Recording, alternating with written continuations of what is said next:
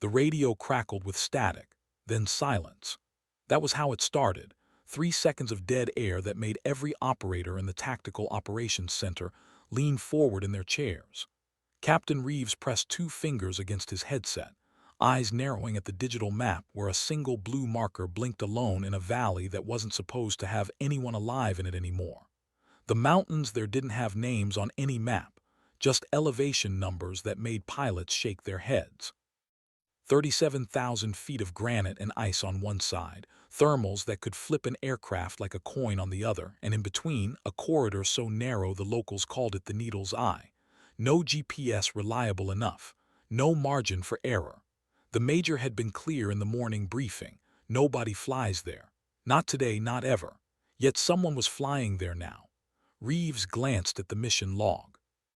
The identifier came back scrambled at first, then resolved into something that made him sit back in his seat. Hawkeye 7. That call sign belonged to an A-10 Thunderbolt II that should have been 300 miles south, running a routine patrol over friendly territory. But the telemetry didn't lie.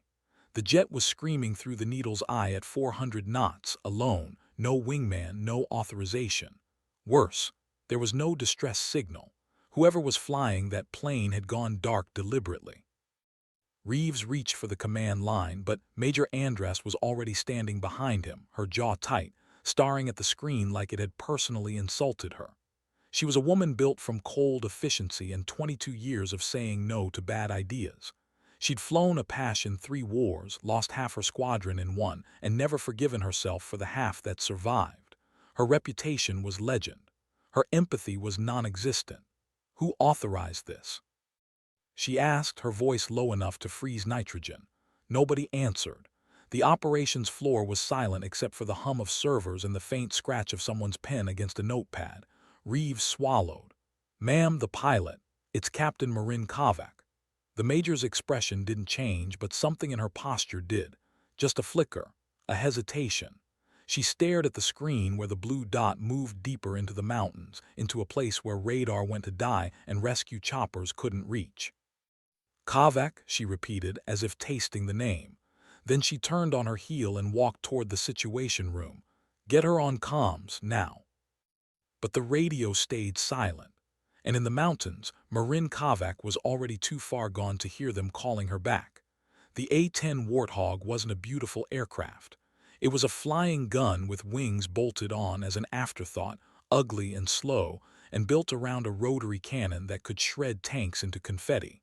It didn't belong in dogfights. It didn't belong in mountain passes.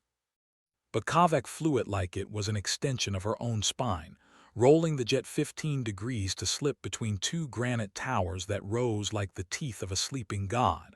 Her breathing was steady. Her hands were light on the stick. The HUD flickered with altitude warnings, terrain proximity alarms, a dozen reasons to abort. She ignored them all.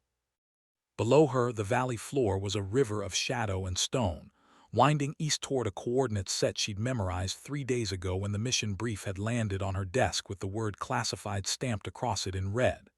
The brief had been simple, reconnaissance only, no engagement, no deviation. But intelligence had been wrong before. Intelligence didn't know what she knew. 2 weeks ago, a transport convoy had vanished in this region.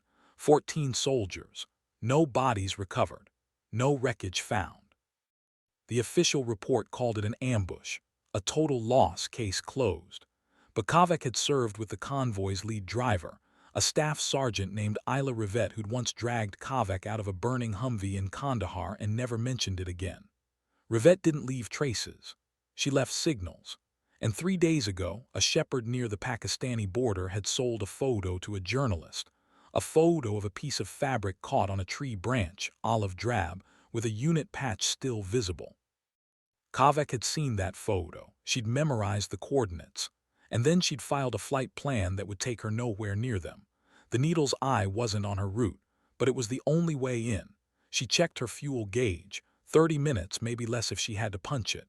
The canyon was narrowing now, the walls close enough that she could see the striations in the rock, layers of geological time compressed into vertical history. Her radio was off. Not malfunctioning. Off. Because if Major Andras knew where she was, The order to return to base would come through, and Kavak would have to choose between obeying and living with herself. She'd already made that choice. The A-10 shuddered as a crosswind caught it, and Kavak corrected with a nudge of the rudder, her eyes scanning the terrain ahead. There, a break in the canyon wall, a shadow that didn't match the light. She throttled back, dropping speed, and the warthog groaned in protest but obeyed. The jet's nickname was fitting. It was stubborn, ugly, and refused to die, like her. She'd earned her call sign, Hawkeye, not because of her vision, but because of what happened in Helmand Province 6 years ago, when she'd spotted an IED convoy from 8,000 feet through a sandstorm that had grounded every other aircraft in the region. She'd called in the strike herself, walked the gunships onto the target, and saved a company of Marines who didn't even know they were about to drive into hell. The Marines sent her a bottle of bourbon and a thank you card. Her commanding officer sent her a reprimand for deviating from mission parameters. That was the pattern of her career. Effective, reckless, indispensable, impossible. She should have made Major 2 years ago. Instead, she was still a captain flying close air support missions in mountains that didn't care about rank or medals or the difference between bravery and stupidity. But she cared. She cared about Rivette and the 13 others who'd gone into these mountains and never come out. She cared about the silence that followed, the way the briefing room had moved on to the next crisis without pausing, without wondering if maybe, just maybe, someone was still alive down there. The shadow resolved into a cleft in the rock, wide enough for the A-10's wingspan if she didn't breathe. Kavak banked left, aligned the nose, and committed. The canyon walls blurred past, close enough to touch, and the jet's engines echoed off the stone like thunder trapped in a bottle. Then she was through, and the valley opened up in front of her, a bowl of green tucked between peaks, impossible and hidden, a place that shouldn't exist. And in the center of it, she saw the wreckage. The transport trucks were scattered like toys, blackened and broken, half buried in mud and scrub, but there was something else. Movement. Figures near the tree line, small and distant but unmistakable, survivors. Kavak's heart kicked against her ribs. She throttled down, circling low, her eyes tracking the figures. 14 had gone in. She counted 8 moving, not all of them, but enough. Enough to matter. She reached for the radio, hesitated, then flicked it on. Static roared into her helmet, then a voice, sharp and cold. Hawkeye 7, this is Castle Actual. You are ordered to return to base immediately. Acknowledge, Major Andrast. Kavak didn't answer. She was too busy watching the figures below scatter as her shadow crossed the valley floor. They knew she was there. They'd seen her. Now the hard part, getting them out. The A-10 wasn't a rescue bird. It didn't have space for passengers, didn't have medevac capabilities, but it had something else. It had presence, it had teeth, and it had a pilot who wasn't leaving without them. Hawkeye 7, acknowledge. The Major's voice snapped again, louder now, edged with something Kavak couldn't quite name. Not anger, something colder. She keyed the mic. Castle Actual, Hawkeye 7, I have eyes on survivors. 8 visible. Coordinates follow. She rattled off the numbers, her voice steady, professional, as if she hadn't just violated every protocol in the book. There was a pause. Long enough that Kavak wondered if the Major had simply disconnected. Then, say again, Hawkeye 7, survivors. Confirmed, ma'am. Requesting immediate dust-off and ground support. Valley is defensible but exposed. Hostiles likely in the area. Another pause. Kavak could almost hear the calculations happening on the other end, the mission parameters being rewritten in real time, the politics of dead soldiers suddenly coming back to life. When the Major spoke again, her voice was different. Quieter. Copy that, Hawkeye 7, hold position. QRF is spinning up now. ETA 40 minutes. 40 minutes. An eternity. Kavak checked her fuel. 20 minutes, maybe 25 if she stayed slow. She'd be flying on fumes by the time the cavalry arrived. She keyed the mic again. Understood, Castle. Hawkeye 7 will maintain overwatch. She didn't wait for a reply. She banked the A-10 into a wide circle, keeping the survivors in sight, her eyes scanning the tree line for threats.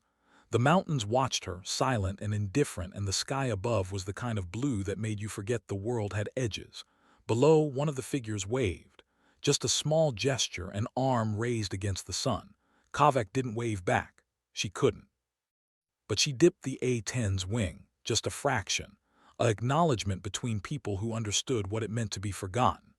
And in the Tactical Operations Center 300 miles away, Major Andras stood in front of the screen, watching the blue dot circle that hidden valley, and for the first time in years, she allowed herself to hope. Marin Kovac had always been a problem. From the first day she'd walked into the squadron briefing room with a fresh commission and a chip on her shoulder, she'd been the kind of pilot who made commanders nervous. Not because she was reckless, though she was, but because she was right. She had an instinct for the chaos of combat that couldn't be taught, only survived. And she'd survived more than most. Her file read like a highlight reel of insubordination and heroism in equal measure. Officially reprimanded 4 times. Decorated twice. Recommended for promotion. Passed over. The politics of it were messy, tangled up in old grudges and older mistakes, none of which mattered when the bullets started flying, but all of which mattered when the promotions board convened. Kovac knew how the game was played. She just refused to play it. That was why she was still a captain. That was why she was alone in an A-10 above a valley that didn't exist, circling 8 people who weren't supposed to be alive. She checked the time. 37 minutes until the QRF arrived. Her fuel gauge was kissing the red line. She'd have to leave soon, head back toward friendly airspace, hope she could glide the Warthog to a base before the engines quit. But not yet. Not while those people were still exposed. She scanned the terrain again, looking for threats, for movement, for anything that would tell her what had happened here. The trucks were destroyed, but not by airstrikes. The blast patterns were wrong. IEDs maybe, or RPGs, a coordinated ambush. The survivors had been here for 2 weeks, which meant they'd found water, found shelter, found a way to stay hidden. That took skill. That took leadership. Rivette. It had to be. Kovac felt something loosen in her chest, a knot she hadn't realized was there. She keyed the radio. Castle Actual, Hawkeye 7, advised QRF to approach from the south. Northern Ridge is exposed to enemy observation. Copy, Hawkeye 7, came the reply, but it wasn't the Major's voice this time. Someone else, younger, less certain. Kovac didn't ask where Andras had gone. She had a pretty good idea. The Major would be in the command helicopter by now, strapping in, overriding every objection from the chain of command. Because that was who Andras was when it mattered. Hard as with a heart buried so deep most people forgot it was there. But Kovac remembered. 6 years ago, when Kovac had been a green lieutenant fresh out of flight school, barely trusted with a trainer jet, it had been Andras who'd signed off on her transfer to combat operations. Andras who'd looked at Kovac's scores, her psych evals, her tendency to ask why instead of yes ma'am, and decided she was worth the risk. They'd never talked about it. Never needed to. Some debts were paid in silence. The A-10 shuddered again, harder this time, and Kovac's eyes snapped to the instruments. Engine temperature climbing. Not critical yet, but getting there. She'd pushed the jet hard through the canyon, harder than the maintenance manuals recommended, and now it was complaining. She throttled back further, bleeding speed, buying time. Below, the figures had moved closer together, forming a defensive perimeter near the wreckage. Smart. They knew the sound of her engines would carry, knew it would draw attention. They were preparing for contact. Kovac's jaw tightened. She had the cannon. 30mm rounds, depleted uranium, enough firepower to turn a column of armor into scrap metal. But she didn't have targeting data, didn't have confirmation of hostile positions, and she didn't have authorization to engage. Not that authorization had stopped her before. She climbed higher, gaining altitude, putting the sun at her back. If hostiles were watching, she wanted them looking into the light, squinting, uncertain. The valley stretched out below her, green and still, a postcard from a war that had moved on. Except it hadn't moved on, it never did. It just found new valleys, new mountains, new places to hide bodies and burn trucks and pretend the cost was worth it. Kovac had stopped pretending years ago. The radio crackled. Hawkeye 7, Castle Actual. The Major's voice clipped and controlled. QRF is airborne. ETA 32 minutes. What's your fuel status? Kovac glanced at the gauge. The needle was well into the red now. 15 minutes, maybe less. A pause. She could hear the rotors in the background, the thump of helicopter blades cutting through thin mountain air. You need to RTB, Captain. Return to base. A direct order. Kovac didn't answer. She adjusted her orbit, tightened the circle, kept her eyes on the survivors. Captain Kavek acknowledged the order. Kavek keyed the mic. "Ma'am, if I leave now, these people are exposed for 20 minutes with no air cover. We don't know what's out there. We don't know you'll make it back to base on fumes either," Andrest shot back. "You've done your job, you found them, now let us do ours." It was a reasonable order, a smart order, the kind of order that kept pilots alive and careers intact. Kavek had ignored it before she even finished hearing it. "Negative, Castle. Hawkeye 7 will maintain position until relieved." The silence that followed was colder than the mountain air. When Andras spoke again, her voice was barely above a whisper, but it cut like a blade. "If you crash that jet, Captain, I will personally write the report that ends your career. Do you understand me?" Kavek allowed herself a small, bitter smile. "Understood, ma'am. See you in 30. She cut the channel before the major could respond. Below, the valley waited, and Marin Kavek, call sign Hawkeye, did what she'd always done. She stayed. The fuel gauge didn't lie, but Kavek had learned to negotiate with it. She cut the throttle to idle, let the A-10 glide on thermals rising from the valley floor, a trick she'd picked up flying over the Iraqi desert where the air itself became a weapon or a tool depending on how you used it. The Warthog wasn't graceful, but it was patient. It would stay aloft as long as she asked it to, right up until the moment it wouldn't. She checked the time. 28 minutes until the QRF arrived. 11 minutes of fuel. The math didn't work, but math rarely did in moments like this. She'd figure it out. She always did. Below, the survivors had spread out again, taking cover behind the wreckage, their movements deliberate and practiced. Whoever was leading them down there knew what they were doing. Kavek hoped it was Rivette.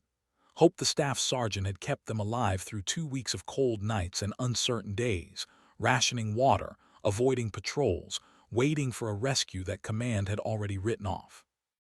The A-10's engine coughed. Just once, a hiccup in the steady roar, but enough to make Kavek's pulse spike. She adjusted the mixture, coaxed a few more minutes out of the remaining fuel, and kept her circle tight. The mountains around her were silent, watching, the kind of silence that made you believe in gods or ghosts or both. She'd flown over landscapes like this 100 times, places where the earth folded in on itself, and humanity seemed like an afterthought. But she'd never felt as alone as she did now, suspended between sky and stone, waiting for something to go wrong. The radio crackled again, not the major this time. A different voice, male, rough with static. "Hawkeye 7, this is Groundhog 2. We have you on visual. You've got company northeast, 200 meters from the survivors. Possible hostile movement." Kavek's eyes snapped to the grid reference, scanning the tree line. There, a flicker of motion, shapes moving between the pines, too deliberate to be animals. Her hands tightened on the stick. "Groundhog 2, Hawkeye, confirm hostile intent. Negative confirmation, but they're armed and advancing. Survivors are locked down. Advise immediate air support." Kavek didn't hesitate. She rolled the A-10 into a dive, brought the nose down, and lit up the targeting reticle. The cannon was ready. The jet was ready. But she wasn't, not yet. "Groundhog, Hawkeye, I need positive ID before I engage. Can you confirm?" Static. Then, "Hawkeye, we don't have time for this. They're 50 meters out. 50 meters. Close enough to hit the survivors with small arms fire. Close enough to turn this rescue into a massacre." But Kavek had seen what happened when pilots fired on bad intelligence, when the targets turned out to be shepherds or refugees or kids who didn't know they were standing in the wrong place. She'd seen the after-action reports, the redacted paragraphs, the careers that ended quietly and the lives that ended loudly. She wasn't going to add to that list. "Groundhog, I need eyes on. Are they engaging?" A pause. She could hear the tension in the silence, the unspoken argument happening on the ground between the spotter and whoever else was listening. Then, "Negative engagement, not yet, but Hawkeye, if you wait." "I'm not waiting," Kavek interrupted. She leveled the A-10 out, 30 feet above the valley floor, and flew straight toward the tree line at 200 knots. The jet's shadow raced ahead of her, a dark cross on the green earth, and the roar of the engines filled the valley like the voice of something ancient and angry. She wasn't going to shoot. She was going to make them think she might. The figures in the trees scattered. She saw them break and run, shapes melting back into the forest, and she pulled up hard, climbing, her breath coming fast. Groundhog Hawkeye, targets displaced, survivors are clear. Copy that, Hawkeye, you've got steel nerves. QRF is 12 minutes out. 12 minutes. The fuel gauge was screaming at her now, the warning light blinking red. She had maybe 5 minutes left, maybe less. She climbed higher, trying to stretch every drop, her mind already calculating the glide path back to the nearest base, the odds of making it, the likelihood of punching out over hostile terrain. It wasn't good, but she'd known that when she took off. The radio crackled again, and this time it was the Major. Hawkeye 7, I'm watching your telemetry. You're out of fuel. Close to it, ma'am. Then you need to leave right now. That's not a request, Captain, it's a direct order. Kavek stared at the horizon, at the mountains that stretched forever in every direction, and felt the weight of the decision settle on her like a stone. She could leave. She could point the A-10 west, glide as far as the laws of physics allowed, and hope the ejection seat worked when the time came. She'd probably survive. The survivors below might not. Ma'am, she said quietly, I'm not leaving. The silence that followed was absolute. Then the Major's voice came back, and it was different, softer, almost sad. Marin, you're going to kill yourself. It was the first time Andrast had used her first name in 6 years. Kavek felt something crack inside her, a wall she'd built a long time ago to keep the fear and the doubt and the weight of all the people she couldn't save from crushing her. But the wall didn't come down, it just shifted. Maybe, she said, but not today. She cut the radio. The A-10's engine coughed again, sputtered, and for a moment the world went silent. Then it caught, roared back to life, and Kavek exhaled. 5 minutes. She could do 5 minutes. Below, the survivors were waving at her now, all 8 of them, and Kavek realized they understood. They knew what she was doing. They knew what it cost. And in the Tactical Operations Center, Major Andrast stood in front of the screen, watching the blue dot circle that valley one last time, and made a decision of her own. The QRF came in low and fast, 3 Black Hawks skimming the ridge line, their rotors beating the air into submission.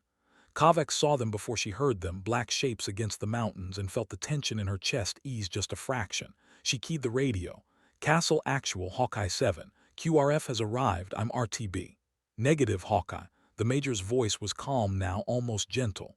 You don't have the fuel, stay on station, we're coming to you. Kavek blinked. Ma'am. I said we're coming to you, Captain. Set her down in the valley. We'll extract you with the survivors. Ma'am, the A-10 isn't designed for. I don't care what it's designed for. You've got 30 seconds of fuel left, and I'm not writing a letter to your mother explaining why you died trying to be a hero. Land the damn plane, Marin. Kavek looked down at the valley, at the uneven ground, the mud, the wreckage. Landing an A-10 in a combat zone without a runway was technically possible. Technically. But the list of things that could go wrong was longer than the list of things that could go right. She checked the fuel gauge one last time.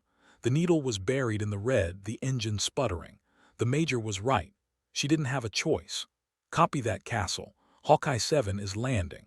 She lined up on the flattest piece of ground she could find, dropped the landing gear, and prayed to whatever gods watched over stubborn pilots and ugly jets.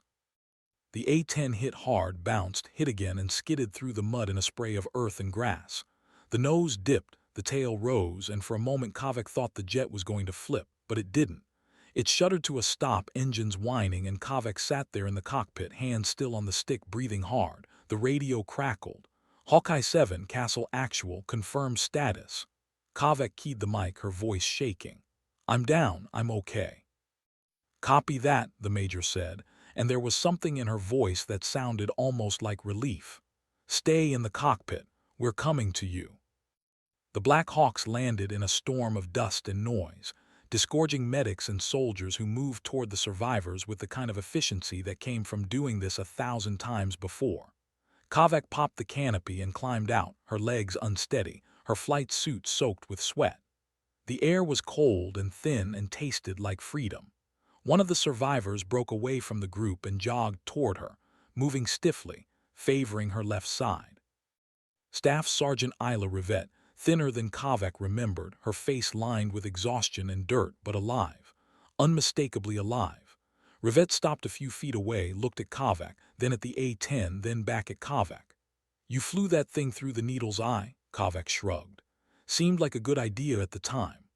Rivette laughed, a sound like breaking glass, and then she stepped forward and pulled Kavek into a hug that hurt and felt like coming home at the same time.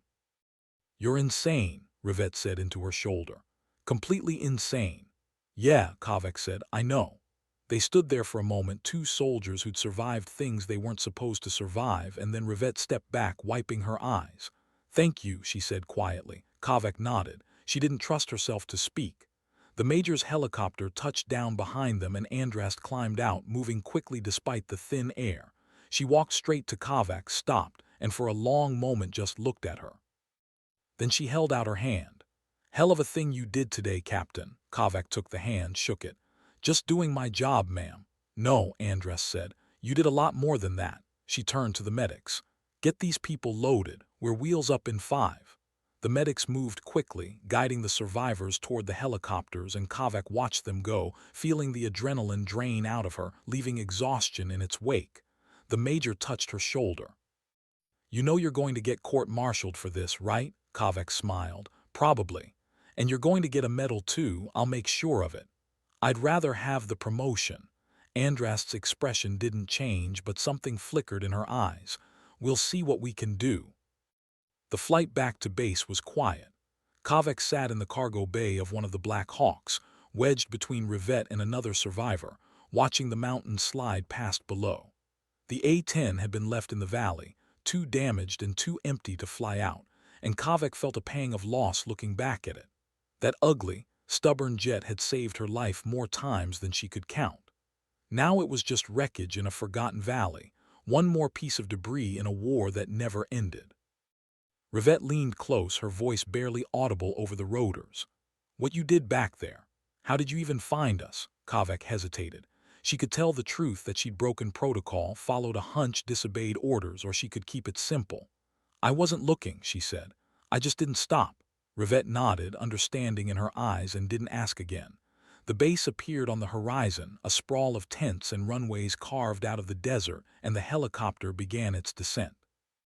Kavek could see people gathering on the tarmac, officers and enlisted alike, drawn by the news that had already spread. The lost convoy wasn't lost anymore. When the helicopter touched down, Kavek was the last one out. She stepped onto the tarmac, her legs stiff, her back aching, and the world seemed too bright, too loud, too real. Major Andras was waiting for her, along with a Colonel Kavek didn't recognize. The colonel stepped forward, his face unreadable. "Captain Kavek." "Told you disobeyed a direct order today." Kavek straightened. "Yes, sir. I'm also told you saved 8 lives." "Yes, sir." The colonel studied her for a long moment, then nodded. "We'll discuss the details in the debriefing. For now, get some rest. That's an order you will follow." "Yes, sir." The colonel walked away, and Kavek let out a breath she hadn't realized she was holding. Andrast moved closer, her voice low. "You got lucky today, Marin. Don't make a habit of it." "No promises, ma'am." The Major smiled just a little, and then she was gone, swept up in the chaos of the returning convoy. Kavek stood there on the tarmac, alone in the crowd, and looked up at the sky. It was the same blue as the valley, the same blue as every sky she'd ever flown under, endless and indifferent. But it felt different now, like it was watching her back. The debriefing took 3 hours. Kavek sat in a windowless room with a table, 2 chairs, and a recording device that blinked red the entire time. The colonel asked questions. She answered them. Yes, she'd deviated from her flight plan. Yes, she'd flown into restricted airspace without authorization. Yes, she'd ignored a direct order to return to base. No, she didn't regret it. The colonel wrote everything down in a notebook, his pen scratching across the page with mechanical precision. When he was finished, he leaned back and looked at her. "You understand the position you've put us in, Captain?" "Yes, sir." 8 survivors. That's a good headline, a great headline even. But it doesn't change the fact that you violated protocol. "Understand, sir." "Do you?" The colonel's voice was calm, but there was steel underneath. "Because from where I'm sitting, it looks like you decided the rules don't apply to you. And if I let that slide, what message does that send to every other pilot who thinks they know better than their commanding officers?" Kavek met his gaze. "With respect, sir, I didn't think I knew better. I just knew I couldn't leave them." The colonel stared at her for a long moment, then sighed. "You're a hell of a pilot, Kavek. One of the best I've seen, but you're also a liability, and I can't have liabilities in my command." He stood, tucked the notebook under his arm. "You're grounded pending investigation. Dismissed." Kavek saluted, turned, and walked out.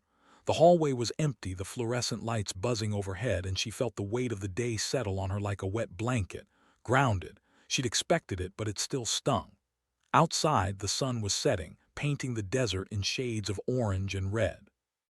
Kavek sat on the steps of the operations building and watched the sky change, her mind replaying the flight, the valley, the survivors waving up at her. She didn't hear the footsteps until Rivette sat down next to her. The staff sergeant looked better than she had in the valley, cleaned up, bandaged, fed, but the exhaustion was still there, etched into the lines around her eyes. They sat in silence for a while, watching the sun drop toward the horizon. Then Rivette spoke. "I heard you got grounded." "Yeah, that's bullshit." Kavek smiled despite herself. "Maybe." "No maybe about it. You saved our lives. You should be getting a medal, not a court-martial." "I'll probably get both." Rivette laughed, a short, bitter sound. "That tracks." She paused, then turned to Kavek. "You want to know what it was like down there, those 2 weeks?" Kavek hesitated. Part of her didn't want to know, part of her needed to. "If you want to tell me." Rivette looked out at the desert, her jaw tight. "First few days were the worst. We lost 6 people in the ambush, just gone like someone flipped a switch. The rest of us, we made it into the trees, patched up who we could, and tried to figure out what the hell to do next. No radio, no GPS. No idea if anyone even knew we were missing." She swallowed hard. "We thought about trying to walk out, but the terrain was wrong, the weather was turning, and half of us were wounded, so we stayed. Found a cave, rationed what we had, and waited. And every day we'd hear aircraft overhead, jets, helicopters, drones, and we'd think, this is it, they found us. But they never did. They just flew past over and over like we didn't exist." Kavek felt something twist in her chest. "I'm sorry. Don't be, we made it because of you." Rivette turned to her and her eyes were bright. "You didn't fly past, Marin. You came looking. That's the difference." Kavek didn't know what to say to that, so she said nothing. They sat there as the sun disappeared and the first stars came out, 2 soldiers bound by something deeper than rank or duty. The investigation took a week. Kavek spent most of it in her quarters, filling out paperwork, giving statements, and trying not to think about the A-10 slowly rusting in that hidden valley. She wasn't allowed to fly, wasn't allowed to brief missions, wasn't allowed to do much of anything except wait. On the 8th day, Major Andras knocked on her door. Kavek opened it, surprised. The major never came to the enlisted quarters. "Walk with me," Andras said, and Kavek followed her outside into the heat of the midday sun. They walked in silence for a while, past the flight line, past the hangars, until they reached the edge of the base where the desert stretched out forever. Andras stopped, hands in her pockets, and stared at the horizon. "I flew with your father," she said suddenly. Kavek blinked. "Ma'am, a long time ago, before you were born. He was a Viper pilot, one of the best. Crazy son of a bitch, always pushing the envelope, always finding a way to make the impossible look easy." Andras glanced at her. "You remind me of him." Kavek didn't know how to respond to that.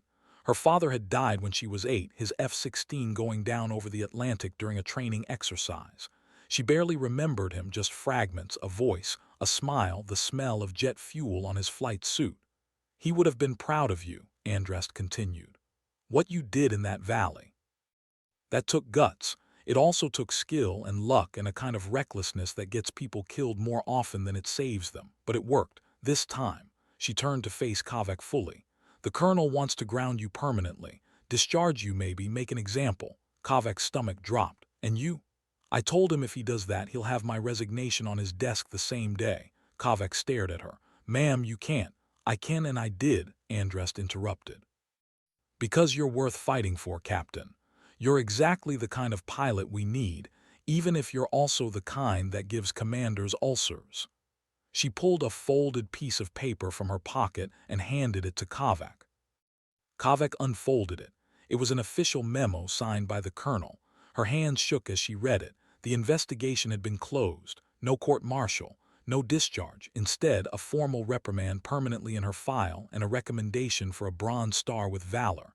She read it twice, not quite believing it. "How?" "Because 8 people are alive who shouldn't be," Andras said simply. "Because the press got hold of the story, and now you're a hero whether you like it or not." And because I called in every favor, I had to make sure that what you did mattered more than how you did it. Kavek looked up, her throat tight. Thank you, ma'am, Andress nodded. Don't make me regret it. Then she smiled just a little. You're cleared to fly again. Report to the flight line at 0600 tomorrow. We've got a mission. What mission? Does it matter? Kavek thought about that, about the sky and the mountains and the stubborn, ugly jet that had carried her into hell and back. No, ma'am. Doesn't? The major walked away and Kavek stood there in the heat, holding the memo, feeling something she hadn't felt in a long time. Not pride exactly, not relief, something closer to purpose. She looked out at the desert, at the horizon where the earth met the sky, and thought about her father, about Rivette, about the 8 people who'd been given a second chance because she'd refused to let them go. Then she folded the memo, tucked it in her pocket, and headed back to the barracks. Tomorrow she'd fly again. And the day after that, and the day after that, until the sky decided it was done with her. The Bronze Star ceremony was held in a hangar because there wasn't anywhere else big enough to hold everyone who wanted to attend. Kavek stood at attention in her dress uniform, stiff and uncomfortable, while a general she'd never met read a citation that made her sound like someone she didn't recognize. The words were all technically true: valor, devotion to duty, disregard for personal safety, but they didn't capture what it had actually felt like. The fear, the exhaustion, the moment when the fuel gauge hit empty and she'd thought, this is it, this is how it ends. The general pinned the medal to her chest, shook her hand, and the crowd applauded. Kavek scanned the faces: pilots, ground crew, officers, and in the back, half hidden by the crowd, Rivette and the other survivors. They weren't clapping. They were just watching her, their expressions serious, and Kavek understood. They knew. They knew what the medal meant and what it didn't, what it could never mean. Afterward, there was a reception. Kavek stood in the corner with a cup of coffee she wasn't drinking, nodding politely while people she didn't know told her how brave she was. She smiled. She said thank you, and she counted the minutes until she could leave. Major Andrast appeared at her elbow. You look miserable. I am, ma'am. Good. It means you're still sane. Andrast glanced around the room. How does it feel to be famous? Overrated, the major laughed. You'll get used to it or you won't. Either way, the press is going to follow you for a while. Try not to say anything stupid. No promises. Andrast's smile faded. I'm serious, Marin. What you did out there, it matters. To those 8 people, to this unit, to everyone who wears the uniform. Don't let the attention make you forget that. Kavek nodded. I won't, ma'am. Good. Now get out of here before someone asks you to give a speech. Kavek didn't need to be told twice. She slipped out of the hangar into the cool night air and walked toward the flight line. The jets were dark shapes against the stars, silent and waiting. She found her new A-10, a replacement for the one she'd left in the valley, and ran her hand along the fuselage. It was cold and rough under her palm, smelling of metal and oil and promise. She'd asked them to paint her call sign on the nose, Hawkeye 7. They'd done it in white letters, bold and clear. Below it, someone had added a small tally mark: 1 save, 8 souls. Kavek stared at it for a long time. Then she climbed into the cockpit, closed her eyes, and let the silence of the airfield wash over her. This was home. This was where she belonged. Not in the ceremony, not in the applause, but here, in the cockpit of a jet that was built to save lives by being willing to end them. When she opened her eyes, Rivette was standing on the tarmac below, looking up at her. You good? Kavek nodded. Yeah, I'm good. Liar, Rivette smiled, but I get it. She tapped the side of the jet, a gesture of respect, and walked away. Kavek watched her go, then looked up at the stars. Somewhere out there, in a valley no one would ever visit, a broken A-10 was slowly being reclaimed by the earth. And up here, under the same sky, Marin Kavek was still flying. The story should have ended there. With the medal, the recognition, the survivors safe, and the pilot vindicated. But wars don't end cleanly, and neither do the lives of the people who fight them. 3 months later, Kavek was back in the mountains. Different mountains, same mission. Close air support for a special forces team that had gotten pinned down during a raid. She'd been flying for 6 hours straight, running gun passes, walking fire onto enemy positions, keeping the pressure on until the extraction birds could get in. It was textbook, clean, effective. And then she saw the kid. He was maybe 12, standing in the doorway of a building her targeting computer had marked as hostile. He wasn't holding a weapon. wasn't doing anything except standing there, frozen, staring up at her jet. Kavak's finger was on the trigger. The building was a valid target. The mission commander had cleared her to engage. One squeeze and the 30mm cannon would tear the structure apart. But the kid didn't move. And Kavak couldn't pull the trigger. She broke off the attack run, climbed, and circled back. The radio erupted. "Hawkeye 7, what the hell are you doing? You had the shot." "Negative," Kavak replied, her voice steady. "Civilian in the target area, I'm not taking the shot. That building is confirmed hostile, you are cleared hot." "There's a kid in the doorway." A pause. Then, "Say again, Hawkeye." "There is a child in the target area, I will not engage." The radio went silent. Kavak circled again, watching the building, and saw the kid disappear back inside. A moment later, 3 armed men ran out, scattering into the alleys. The opportunity was gone. The mission commander's voice came back, colder now. "Hawkeye 7, you just let 3 confirmed hostiles escape." "I know. This will be in my report." "I understand." Kavak flew cover for another hour until the extraction was complete, then headed back to base. When she landed, Major Andrast was waiting on the tarmac. "My office, now." Kavak followed her inside into the small, cluttered room that smelled like coffee and old paper. Andrast closed the door, turned, and for a long moment just looked at her. "Tell me what happened out there." Kavak told her, all of it, the building, the kid, the choice. When she finished, Andrast was silent. "You let 3 hostiles escape because of a civilian," she said finally. "Yes, ma'am. A civilian who might have been used as a human shield. Who might have been there specifically to make you hesitate. Maybe, but he was still a kid." Andrast sighed and sat down behind her desk. "You're going to catch hell for this, Marin. The mission commander is already writing you up." "I know. And you'd do it again." It wasn't a question. Kavak met her eyes. "Yes, ma'am." Andrast stared at her, then shook her head. "You're either the best pilot I've ever trained or the most exhausting. I haven't decided which. Can it be both?" The major's expression softened just a fraction. "Get out of here. I'll handle the paperwork." Kavak saluted and left. As she walked back to her quarters, she thought about the kid in the doorway, wondered if he knew how close he'd come to dying, wondered if he'd ever understand the choice she'd made. Probably not. But that didn't matter. What mattered was that he was still alive. And so was she. The reprimand came a week later. Another black mark in her file, another conversation with the colonel, another round of questioning her judgment. But this time Kavak didn't flinch. She stood her ground, explained her reasoning, and accepted the consequences. Because that was the job, not just flying the jet, not just pulling the trigger, but knowing when not to.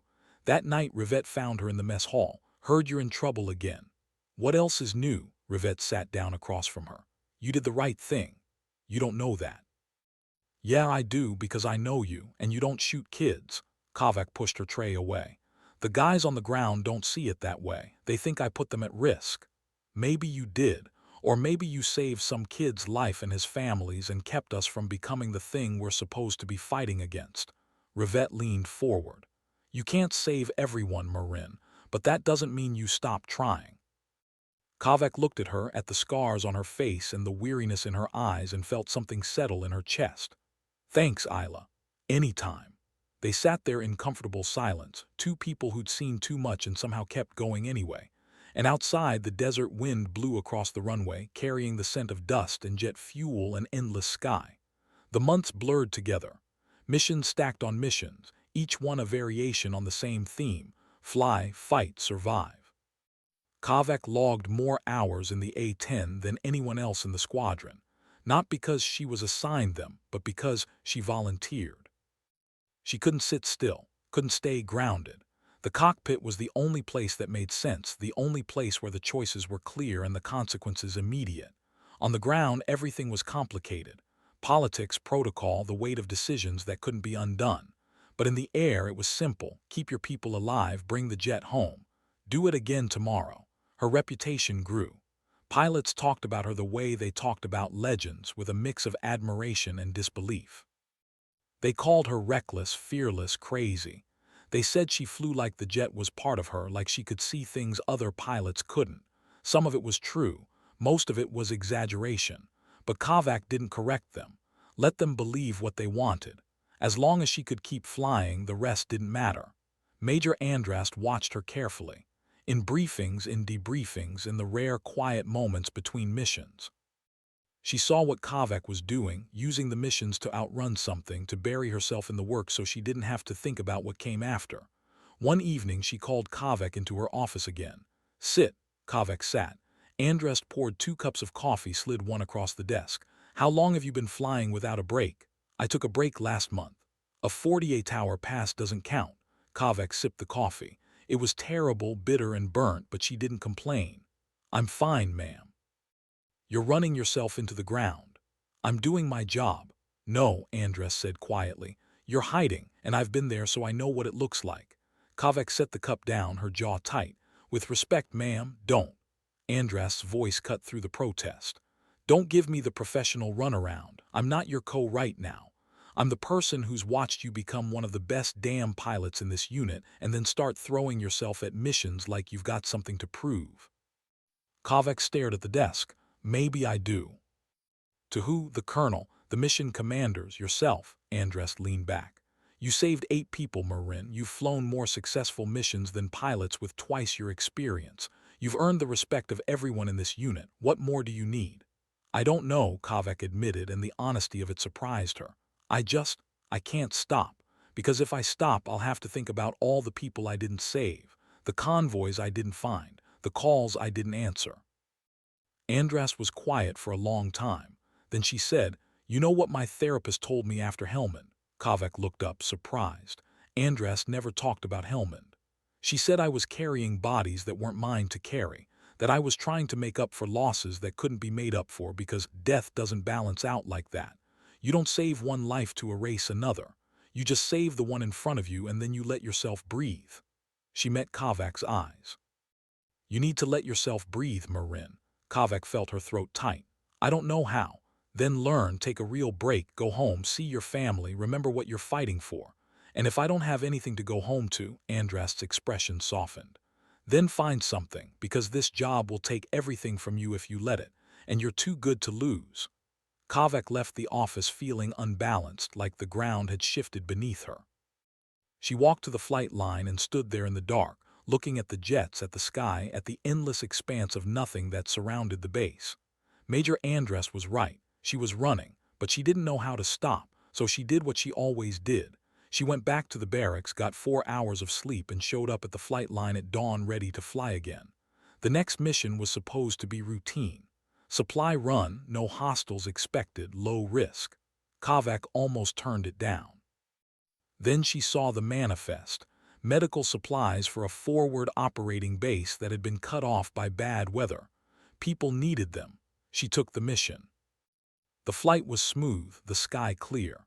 Kavek flew low and fast, threading through the valleys, keeping below radar coverage. The A-10 handled like a dream, responsive and steady, and for a while she forgot about everything except the pure mechanics of flying. Then the warning light came on. Engine temperature spiking. She checked the gauges, ran through the emergency checklist, and felt her pulse quicken. Something was wrong with the starboard engine. She throttled back, tried to compensate, but the temperature kept climbing. "Castle Actual, Hawkeye 7. I've got an engine malfunction, declaring emergency." "Copy, Hawkeye. What's your status?" "Port engine is stable, but starboard is overheating. I'm 15 minutes from the fob, requesting clearance for emergency landing." "Stand by, Hawkeye." Kavek didn't wait. She adjusted course, aimed for the fob, and watched the temperature gauge edge into the red. The A-10 could fly on one engine. It was designed for it, but not for long, and not if the overheating engine decided to catch fire. She pushed the jet as hard as she dared, coaxing speed out of the single engine, and the mountains blurred past below. 10 minutes out, the starboard engine seized. The jet lurched, yawed hard to the right, and Kavek fought to keep it level. The stick was heavy in her hands, the controls sluggish, but she held it steady. "Castle, Hawkeye 7, starboard engine is offline. I'm coming in on 1. "Copy, Hawkeye." "Fob is standing by. You're cleared to land." The fob appeared ahead, a small cluster of buildings and sandbags carved out of the mountainside. The runway was barely long enough for a helicopter, let alone an A-10. Kavek didn't care. She lined up, dropped the landing gear, and brought the jet in hard. The Warthog hit the ground like a falling anvil, bounced, skidded, and came to a stop 30 feet from the end of the runway. Kavek sat there, breathing hard, her hands shaking on the stick. Then she popped the canopy and climbed out. The ground crew was already running toward her, shouting questions, checking the jet. Kavek ignored them. She walked to the edge of the runway and looked out at the mountains, at the sky that had tried to kill her again and failed. Major Andrast's voice crackled over the radio in the ops tent. Hawkeye 7, you're grounded until maintenance clears that bird. Understood. Kavek picked up the handset. Understood, ma'am. She spent 3 days at the FOB while the mechanics worked on the engine. 3 days of sitting idle, watching other pilots fly missions, feeling useless. On the 4th day, Rivette showed up on a supply helicopter. She found Kavek sitting on a crate near the runway, staring at the broken A-10. Heard you tried to crash another one. Kavek didn't look up. Wasn't on purpose. Never is. Rivette sat down next to her. You okay? Define okay. Rivette was quiet for a moment, then she said, you know what I think about when I can't sleep. Kavek glanced at her. What? That valley, the 2 weeks we spent there, and I think about the sound of your jet coming over the ridge. That moment when we realized we weren't alone anymore, that someone had actually come for us. She paused. That's what saved us, Marin, not the rescue. You, the fact that you didn't give up. Kavek felt something crack inside her, a wall she'd been holding up for too long. What if I can't do it again? What if next time I'm not fast enough, or smart enough, or lucky enough? Then you won't, Rivette said simply. And that'll be okay too, because you can't save everyone, but you saved us. And that has to count for something. Kavek looked at her, at the scars and the strength and the quiet certainty in her eyes, and felt the weight on her chest ease just a little. Yeah, she said, it does. They sat there as the sun set, two people who'd learned to carry each other, and the sky turned the color of fire and ash and hope. When Kavek flew again, it was different. Not the mechanics of it, the stick, the throttle, the endless dance with physics and fate. That was the same, but something inside her had shifted. She wasn't running anymore.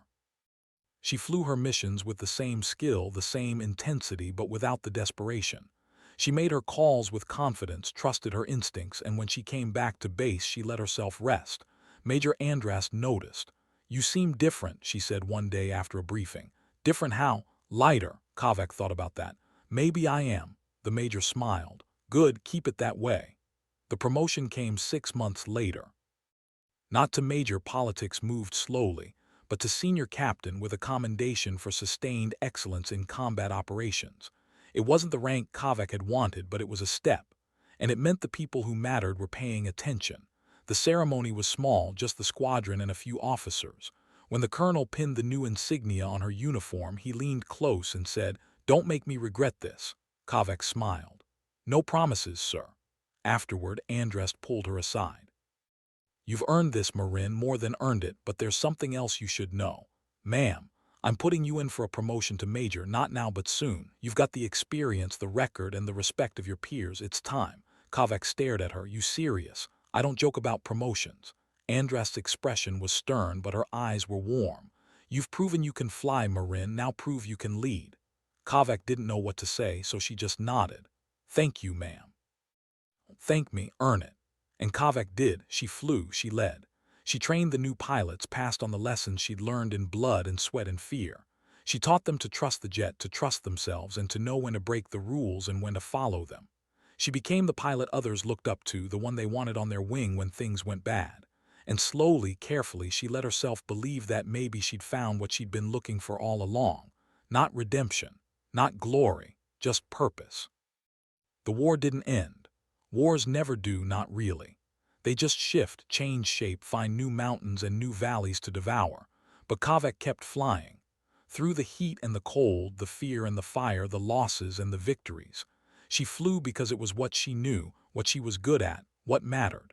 And sometimes, on the quiet flights when the sky was clear and the world was still, she thought about that valley where she'd left her first A-10.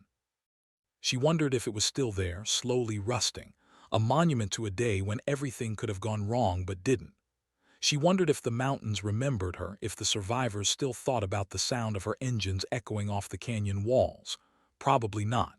The world moved on, but Kavak didn't forget.